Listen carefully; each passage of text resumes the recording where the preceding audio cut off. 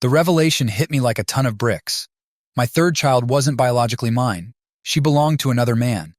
I was speaking with a representative from Genealogy Gurus, COM, trying to unravel the mystery of why my daughter's DNA test results hadn't appeared after 10 long weeks. I had given her the test as a Christmas gift and provided the tracking numbers to the representative. After a brief hold, he returned to inform me that the test had indeed been processed. Yet, due to confidentiality policies, he couldn't divulge any further details. I pressed him. If it's processed, why isn't it showing up in my DNA results? My voice was full of anticipation. With a hint of irritation, he replied, "Sir, there are several reasons why your daughter might not appear in your DNA matches, but I can't discuss this particular test with you." In that instant, the realization hit me like a punch to the gut. The most likely reason she doesn't appear in my matches is because she's not my biological daughter. I ended the call, stunned, and broke down in tears. I must have passed out for a while because the next thing I knew, I was curled up on the family room couch. With a few minutes left on my lunch break, I decided to call my daughter. She usually took her lunch break around the same time as me, enjoying a book at her desk. She answered on the first ring, her voice sounding weary. "Hi, Daddy, how are you?" Trying to keep my voice steady, I said, "Sweetheart, you know I love and trust you completely. I found out about the DNA test.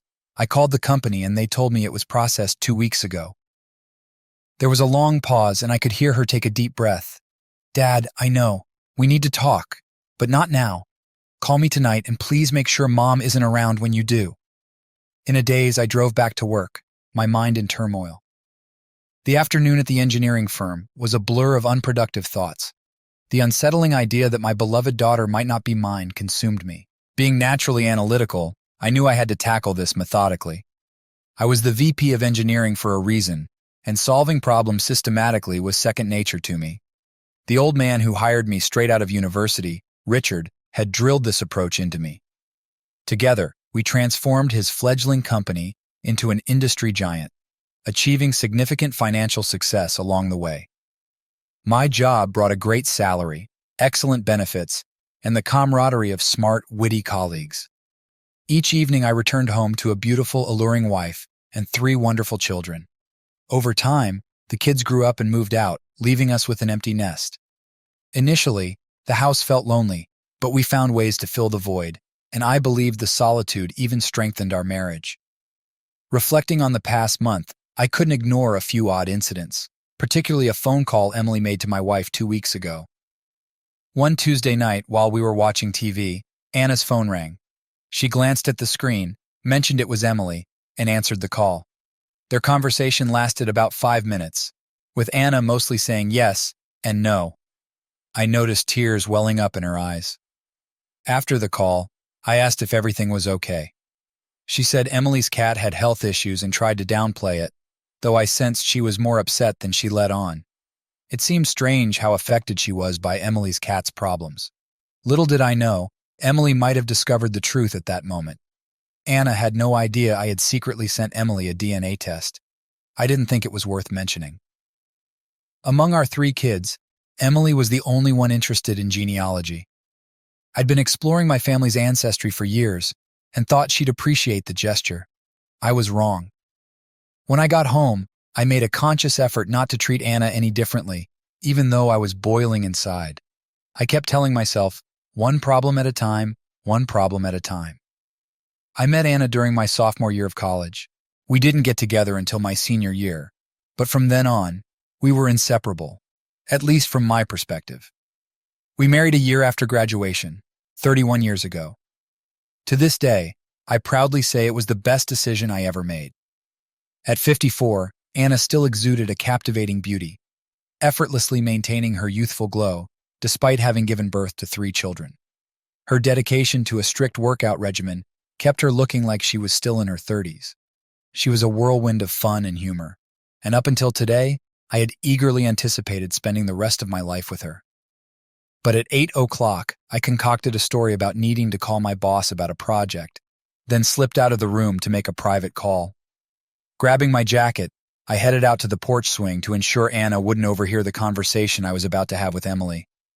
Emily answered immediately, her voice thick with distress. "Dad, I'm so sorry. I should have told you earlier, but Mom begged me to keep quiet until she could talk to you, she confessed before I could even say hello. Hey, it's okay. Just take a deep breath, I responded, doing my best to calm her.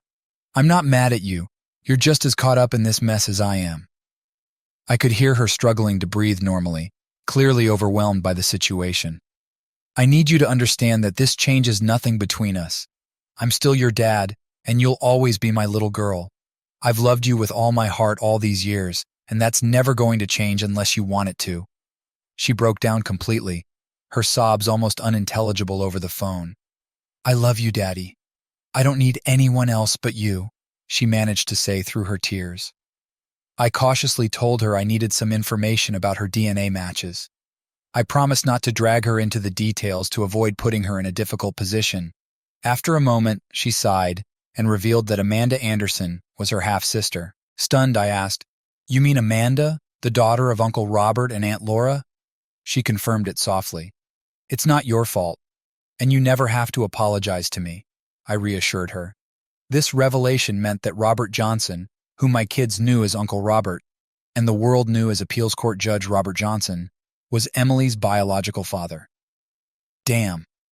This meant my wife had been involved with her boss when he was an attorney at the law firm. Considering Emily was 24 years old, this affair must have happened at least 25 years ago.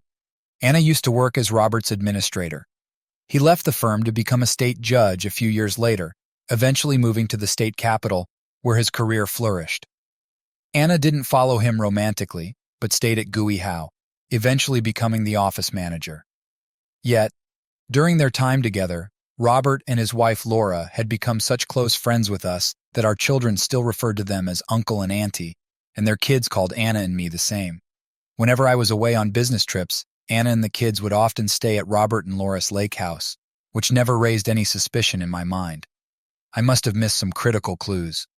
I was lost in thought when Emily called out to me.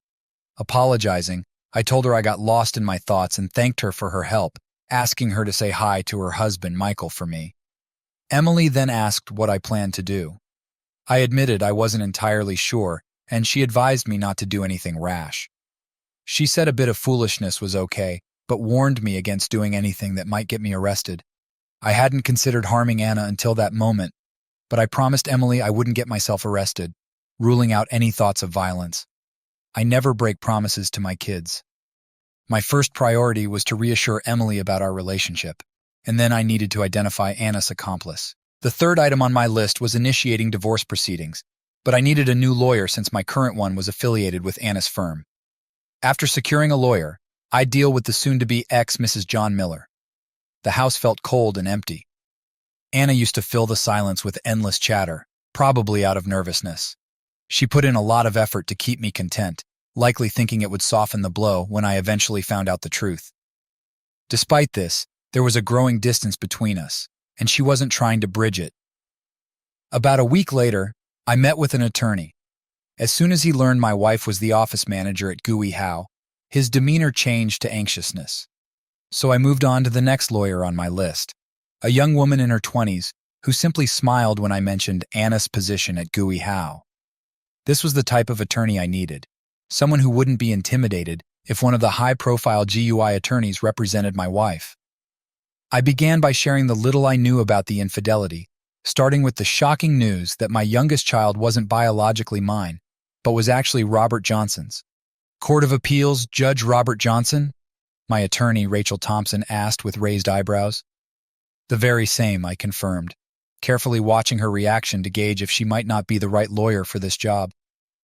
That must be quite the story, she remarked, before we moved on to discuss the financial aspects. Given our stable jobs, pensions, and benefits, Rachel suggested that splitting our joint assets equally, keeping our respective pensions, and selling the house would leave both of us financially secure. Although I'd be in a slightly better position due to my higher income and better pension, I clarified that I wasn't looking to cripple Anna financially, despite how betrayed I felt. Rachel then asked if I wanted to pursue legal action against Robert, pointing out that it would be complex and time-consuming. I curtly responded that dealing with Robert was my concern, and I would handle it in my own way. Understanding my stance, Rachel mentioned that if Anna didn't contest the divorce, it could be settled in 6 months. But if she did, it could drag on for over a year. I told her to take her time and make sure everything was done correctly. With my third task complete, it was time for the fourth, confronting Anna. I waited another week, hoping her conscience might prompt her to confess. Saturday night was our usual date night, followed by a movie and some intimate time together. However, since learning about Emily's true paternity, I couldn't bring myself to be intimate with Anna. It had been 2 weeks since our last date night, and just as long since we'd been close. Anna didn't question my withdrawal, which only confirmed to me that she knew I had found out, but she was a master at maintaining appearances, a facade that was about to crumble. I decided to take her to a fancy French restaurant, where we shared a bottle of wine and some exquisite desserts. Anna seemed happier than she had been in weeks. Upon returning home, I helped her out of her coat, guided her to the kitchen table, and pulled out a chair for her. I then uttered those famous, dreaded words, "We need to talk." Anna offered a half-smile as I poured myself a Jack Daniels on the rocks and offered her a drink, which she declined. Setting my drink down, I locked eyes with her and said, "The floor is yours." Anna, clearly apprehensive, admitted that it had been a long time since she and Robert were involved, about 20 years. She asked if we could consider it a mistake from the distant past and move on. I was relieved she didn't dispute the DNA test results, but her attempt to brush it off as ancient history felt dismissive. I pressed for details, asking about the timeline and frequency of her affair with Robert and whether our other 2 children, James and Sarah, were his as well. Anna assured me that James and Sarah were mine, and that her affair with Robert began about a year after Sarah was born and lasted for around 3 years. It ended when Robert left the firm to pursue a judicial career, ensuring his background check was clean. After their affair ended, they had a few encounters at the lake house when Laura took the kids out, initially without Laura knowing, but later with her being aware. Anna mentioned a reconciliation meeting where she and Robert promised Laura there would be no more intimacy. Frustrated, I asked Anna why she never tried to have an honest discussion with me and if I was just a spare part to her. She wiped her hands on her sleeves and replied that she knew I would have filed for divorce immediately. She claimed she loved me then and still does. I couldn't help but remark on her apparent love for Robert, noting how she started and stopped with him at his command, seemingly keeping me as a backup. Anna desperately protested, insisting she loved me with all her heart. In response, I accused her of having sacrificed our relationship for Robert's career dreams, knowing I was her fallback. Anna's gaze fell to her knees, seeming to confirm this painful truth. Regarding Emily, Anna admitted that during her affair with Robert, she hadn't considered the consequences until the DNA test I sent revealed the truth. She assumed that since both she and Robert had similar physical features, no one would suspect Emily's paternity. She figured I wouldn't question it, especially since Emily resembled her, not knowing for sure until the DNA test. I exclaimed in disbelief, questioning if she was implying it was my fault. Anna explained that she and Robert had discussed the possibility of Emily's paternity, but she reassured him not to worry due to his resemblance to me. She mentioned that Robert might not have known either, but probably knew by now, and that she hadn't heard from him since Emily and Michael's wedding 2 years ago. Anna stressed that regardless of any revelations, Emily was still her daughter. She pointed out that she was listed on Emily's birth certificate, had raised her, loved her, and considered her her own. Anna firmly declared that Robert had no right to claim otherwise and insisted that if he ever contacted me, I should make that clear to him. I then announced my intention to have James and Sarah undergo DNA testing as soon as possible, explaining that I needed to know for my own peace of mind. Anna, clearly distressed, pleaded with me, saying I already knew they were mine, and questioned why I couldn't trust her. My sharp retort, dripping with newfound distrust, caught her off guard. She was visibly shaken by the idea of me revealing her infidelity to our other 2 children, fearing it would destroy their image of her. Shifting the focus, I pressed her for details about her affair with Robert, asking how often it happened and where they met. Anna hesitated but then explained that their relationship wasn't planned. It started from spending time together at work, growing from friendship into something more. She described Robert as kind, considerate, witty, and passionate, saying they shared a deep connection. Because they both had spouses they claimed to love, they kept their meetings discreet, usually out of town, and never at our home. Anna assured me they hadn't been intimate since the affair ended. When I asked if Laura knew about this and had forgiven them, she confirmed it, reiterating that she had told me before. With uncertainty in my voice, I whispered that I didn't think I could return to how things were. Anna tried to reassure me, acknowledging their actions were wrong, but emphasizing that it had been over for 20 years, and I hadn't known about it at the time. She pleaded for us to return to our lives from a few weeks ago, insisting that nothing had to change. Firmly, I told her that everything had already changed. I confessed that for the past 3 weeks, I had been tormented by thoughts of what I had done wrong for her to fall in love with another man, and questioning whether I could ever trust her again. I poured out my feelings, telling her that I had given her my heart completely, yet she treated it as something to be taken out only when it suited her. I emphasized that our marriage was supposed to be a commitment of unwavering love, not one of convenience. At this point, Anna began to cry. Typically, I would have tried to console her, but this time felt different. I retreated to the family room, turned on the TV, and left her alone at the kitchen table. That night, we shared the same bed, but for the first time in a long while, we didn't cuddle. I moved as far away from her as possible on the bed, refusing to let her snuggle up to me. Her face showed a mix of surprise and pain, but I didn't really care. On Sunday morning, as Anna prepared breakfast, I broached the topic of divorce. She practically yelled at me, arguing that the affair happened over 20 years ago and that I hadn't even known about it, urging that it was in the past and we should just move forward. I shouted back, emphasizing that a mistake remains a mistake, regardless of how long ago it occurred. I expressed my feelings of betrayal, highlighting how she deceived me, lied to me, and cheated on me, thereby violating my trust. These weren't temporary problems. Unable to continue the conversation, I got up from the table, leaving half my breakfast untouched, and went outside to mow the lawn. That was the last conversation I had with Anna until Wednesday afternoon, when she informed me that Laura Anderson would be joining us next weekend. Needless to say, I wasn't thrilled, but Laura was an old and dear friend who had experienced the same betrayal, so I thought it might be worth having a chat with her. On Friday night at 6 o'clock, Laura arrived, having traveled 2 hours from her home. Surprisingly, she didn't bring Robert with her. During dinner, our conversation remained light and friendly, but afterward, we moved to the family room with glasses of wine to delve into the real reason for her visit. Laura began discussing the affair as if it were a distant memory, speaking calmly and dispassionately. However, as she continued, her emotions intensified and tears welled up in both her and Anna's eyes.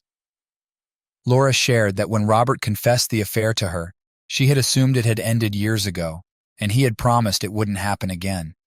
She admitted she was devastated at first, but after some reflection, she realized that since it was over before she even knew about it, she wasn't hurt as badly. Understanding that Laura wasn't someone looking for financial gain, I saw how it all unfolded. Robert's charisma was undeniable. Although I only found out about Emily a few weeks ago, I understood. I genuinely felt sorry about it, John, Laura said.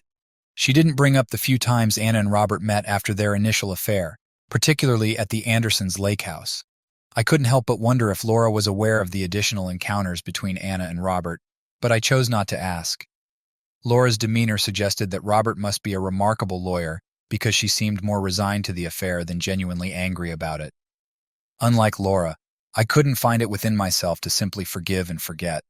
The betrayal was too significant for me to overlook, regardless of how much time had passed. I often think about what my life would be like without him, and how it would affect me and the girls, Laura continued, her voice soft and contemplative.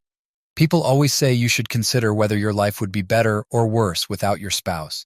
For me, I believe it would be worse. Thanks for sharing your thoughts, Laura. It's something I need to think about, I replied. But my situation is different. Unlike you, I discovered this affair purely by accident. Anna knew it was wrong and anticipated my reaction. She thought it was better if I never found out. If it weren't for the DNA test, I'd still be in the dark. Now, 20 years later, I found out that the woman I loved had an affair with another man, and then came back to me as if nothing happened. Throughout Laura's story, Anna remained silent, her eyes darting nervously between us. She couldn't have known that I was aware of her glances in my direction, so I sat there calmly, intentionally aggravating her. My reaction to Laura's story wasn't what either of them had hoped for. They exchanged sorrowful glances, realizing that I wasn't reacting as they had anticipated. I shook my head, got up, went to the kitchen, poured myself another glass of wine, and returned to the family room, turning on the big screen TV. It was a clear signal that our conversation for the day was over. The ladies got the hint and moved to the living room, where I could faintly hear them chatting. After finishing whatever I was watching, I turned off the TV, stuck my head into the living room, bid them good night, and headed upstairs to our bedroom. On Saturday, Laura cornered me in the family room, insisting we needed to talk. I didn't know where Anna was, but I agreed, and we moved to the formal living room, settling into chairs in the corner. Laura began by saying she understood my pain, but argued that not forgiving Anna and divorcing her would be a mistake for both of us. She emphasized that our love for each other should be what mattered most and that the past should stay in the past. She pointed out the tragedy of us spending the rest of our lives apart over something that happened 20 years ago. She mentioned that if she could forgive Robert, I could surely forgive Anna too. I responded honestly, saying I didn't know if I could forgive Anna. I reminded her that, unlike her situation where she was informed about the affair, Anna never told me. I argued that Anna knew it was wrong and that I wouldn't have forgiven her back then, so why should I forgive her now? I emphasized the weight of her deception. She not only cheated on me for a few years, but continued to deceive me for 2 more decades. I expressed my struggle with the idea of forgiveness and questioned how I could ever trust her again. I shook my head, stood up, and walked out of the room, passing Anna in the hallway. She could see from my expression that I wasn't going to budge.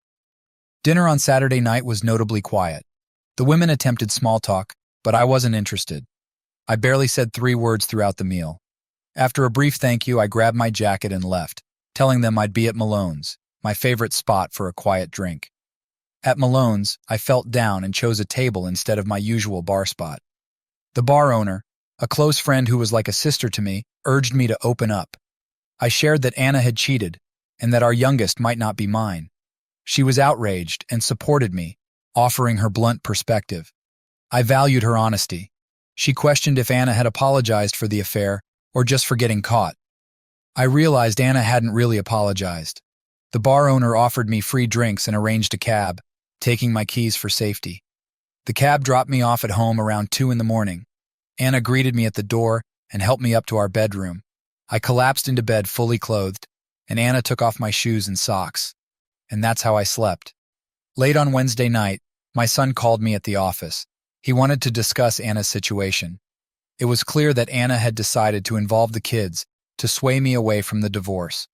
My son and I typically saw eye to eye on most matters, but from our conversation, it became apparent that Anna had put in significant effort, and it had paid off. He clearly empathized with her side of the divorce dilemma. I had to explain to him firmly.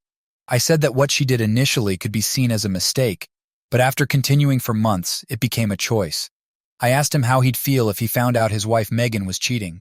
While the affair ended years ago, the deceit and disrespect didn't. I felt James should have stayed out of our marital issues. He was taking sides and getting in the middle of something he shouldn't. I couldn't shake the deep sense of betrayal that gnawed at me. After all these years of idolizing Anna, the revelation of her secret felt like a knife in the back. If it hadn't been for a fluke, I'd still be living in ignorance, oblivious to the truth. It was clear now that I had been her backup plan all along. When James tried to convince me that I was overreacting, I cut the conversation short and hung up, realizing that talking to him was futile. Arriving home around 6 p.m., I found Anna bustling in the kitchen, preparing what looked like a feast. She seemed taken aback when I told her I wasn't hungry. I poured myself a generous glass of Jack Daniels, turned on the TV, and sank into my favorite chair. Anna soon followed, her face a mix of concern and curiosity. "What's wrong?" she asked tentatively. "Same old story, different day," I replied, my voice dripping with sarcasm. "My wife cheats on me for 4 years, has a kid with another man, and now my own children are making me out to be the villain. Do me a favor, call Sarah tonight and tell her not to contact me tomorrow unless she wants to be hung up on like James." Anna's eyes lowered in shame. "After 31 years, you'd think she'd know not to provoke me." "What makes you think the divorce won't happen?" I continued, my voice rising. You didn't just cheat on me for 4 years and have a child with another man. You replaced me in your heart with him. Don't lie and tell me you weren't in love with him. If he had asked you to leave me and marry him, you would have done it. The truth is, you may care for me, but you're in love with him. I'm just the reliable fallback because you knew I'd always be here for you. You cheated, lied, and disrespected me, and now you have the nerve to turn our children against me. That was the final straw, Anna. But I won't seek vengeance. I won't destroy Robert's career or hurt Laura. I'm filing for divorce citing irreconcilable differences. We'll split everything, including the house, right down the middle. Tears streamed down Anna's cheeks as she stood up from her chair. You never mentioned regretting your affair, I added cruelly. Probably because you don't regret it. The only thing you regret is that I found out, isn't it? I spent the rest of the night nursing a bottle of Jack Daniels. The next day, I called my attorney and told her to prepare the divorce papers immediately. She said I could review them by Tuesday, and they'd be ready for signing by Wednesday. Anna could be served on Thursday, but I insisted on Friday night. I wanted to be there when she received the papers. Next, I called Judge Robert Johnson's office and left a message for him to return my call about an urgent matter. He called back within a couple of hours, clearly uneasy. He knew what this was about but preferred not to discuss it at his office. I agreed and told him I'd meet him at his house the following Saturday at 10 a.m. He didn't know that Anna would be served the night before, but I was sure he'd find out before I made the 2-hour drive to his upscale residence. That evening, while dining at Malone's, Anna mentioned that Laura had called her, informing her of my meeting with Robert. Anna asked if I wanted her to accompany me. I told her this wasn't a casual visit. Robert and I had serious matters to discuss, and her presence wasn't necessary. I reminded her that he was an appellate court judge with a stellar reputation, potentially in line for a Supreme Court position. Any confrontational behavior could have serious repercussions. Besides, she had promised not to jeopardize his career. Anna's jealousy flared briefly, but I reassured her that I intended to keep my promise. I confided in the senior gentleman at the office about my situation and took a few personal hours to meet with my attorney and review the divorce papers. I gave her the go-ahead. As I was about to leave, she asked if I had any plans regarding Judge Robert. Puzzled, I asked why she was concerned. She replied, "Because I still handle some criminal cases, and I thought you might need a good lawyer. You engineers don't often get emotional, but when you do, your methodical approach can be intimidating." She handed me her business card, and I left her office. The next few days were a blur. A major project at the office helped divert my attention from my personal turmoil. Even the old man at the office commented on my remarkable focus despite everything. I told him it was a relief to have something going smoothly. However, before leaving on Friday evening, I confided in him about Anna being served with divorce papers and my upcoming meeting with Robert. I warned him that if things went badly, I might end up in jail by Monday. He assured me of his support and promised to bail me out if needed. We parted with a firm handshake. Returning home, I was greeted by the inviting aroma of another meticulously prepared meal by Anna. The smell, instead of comforting me, only reminded me of the facade she had maintained for so long. Lately, Anna had been putting extra effort into showcasing her culinary talents, and I had to admit, she was an outstanding cook. Despite the tension that had plagued our dinners in recent weeks, I made it a point to thank her for the delicious meals. After all, gratitude costs nothing. Following dinner, just as we were about to move to the family room for some TV, the doorbell rang. It was nearly 7 o'clock, and I had a feeling it wasn't for me, so I stayed seated. Anna shot me a quick, nervous glance before heading to the door. She opened it to find a well-dressed young man who asked if she was Anna Smith. When she confirmed, he handed her a manila envelope and said, "You've been served," before walking away briskly. Anna stood frozen in the doorway, her shoulders slumped, tears welling in her eyes. I walked past her, closed the door, and gently guided her to the kitchen table. She looked utterly defeated, just as I had expected. We sat in silence for what felt like an eternity, though only a few minutes passed. Finally, she muttered, "You a hole," and fled upstairs to our bedroom. I chose not to follow her. The hardest part was behind me now. For one of the few times since we got married, I didn't sleep in the same bed as Anna that night. Instead, I took refuge in the guest bedroom. Sleep was elusive as I lay there, thinking about the woman who had once been the love of my life, now reduced to a painful memory. It was clear that neither of us wanted to make the first move, But now, at least for me, it was over. The next morning I woke early, took a shower and dressed quietly, careful not to disturb Anna or provoke any confrontation. I didn't bother checking if she was awake. I just gathered my things and left. I wore my usual outfit, a collared shirt, a pair of well-worn Levi's jeans, and the custom-made cowboy boots with metal tips I had picked up during a visit to our son in Dallas. I left the house earlier than necessary to ensure I wasn't late for the meeting. Arriving at a nearby cafe, I passed the time with a cup of coffee, mentally preparing for what was to come. At exactly 10 o'clock, I rang the doorbell at Robert and Laura's house. Laura, looking lovely but clearly anxious, opened the door. "I'm sorry it had to end like this," I said as she leaned in for a hug. She didn't respond with words. Instead, she took my hand and led me to Robert's study, a room filled with memorabilia and pictures. Robert was seated in his favorite chair, but as we entered, he stood up. "Hey, John." "Hey, Robert." Laura, looking quite apprehensive, left the room. We stood about 6 feet apart, sizing each other up. There was a time when I considered this man almost like an older brother. We had shared our dreams, gone fishing, and hunting side by side. I used to be proud to call him my friend, and was equally proud of his achievements as a judge. But now, standing before me, his gaze no longer that of a friend but of a foe, I felt a surge of anger. "You've got my wife's heart, you bastard," I shouted. "You get to keep your squeaky clean image because I promised Anna I wouldn't tell anyone about this. And I don't break promises to that woman. But you won't keep your manhood." With that, I stepped forward, planted my feet, and delivered a powerful upward kick aimed directly at his groin. Robert's reaction was slow, and my metal-tipped boot struck its target with precision. His howl of agony echoed through the room as he crumpled to the floor, clutching himself and crying out in pain. Laura rushed into the room, finding her husband writhing on the floor. She tried to comfort him, but his screams only grew louder. She looked at me with a mix of fear and understanding. I took out my phone, dialed 911, and calmly reported, "There's been an accident at Judge Robert Johnson's house. We need an ambulance." As I turned to leave, Laura grabbed my arm. I thought I might have to defend myself, but instead of anger, her expression was surprisingly calm. She hugged me tightly and whispered, "Thank you. We're clear on what needs to be done." I hugged her back, left the house, got in my car, and drove home, confident that the police wouldn't come after me. Laura understood, and she'd explain everything to Robert when he was able to think straight again. The drive home was a mix of relief and sorrow. After months of daily heartbreak, I finally felt a weight lift off my shoulders. It's funny how realizing Anna's betrayal had actually freed me, allowing me to think clearly and prioritize my own well-being. It might not have been the right choice for everyone, but sometimes you've got to put yourself first. For the past 20 years, everyone around me had prioritized their own needs, so why shouldn't I do the same now?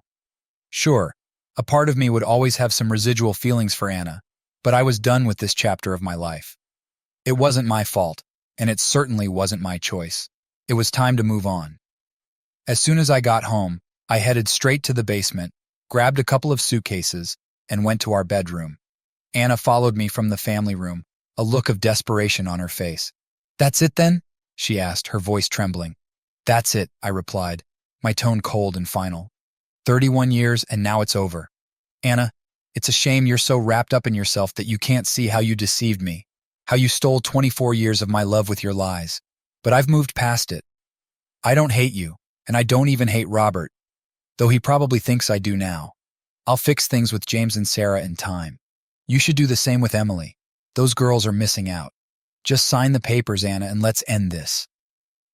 I continued packing my things. I'll have the rest of my belongings out in the next few days. We don't need to talk anymore. If you need to reach me, my lawyer's business card is on the kitchen table.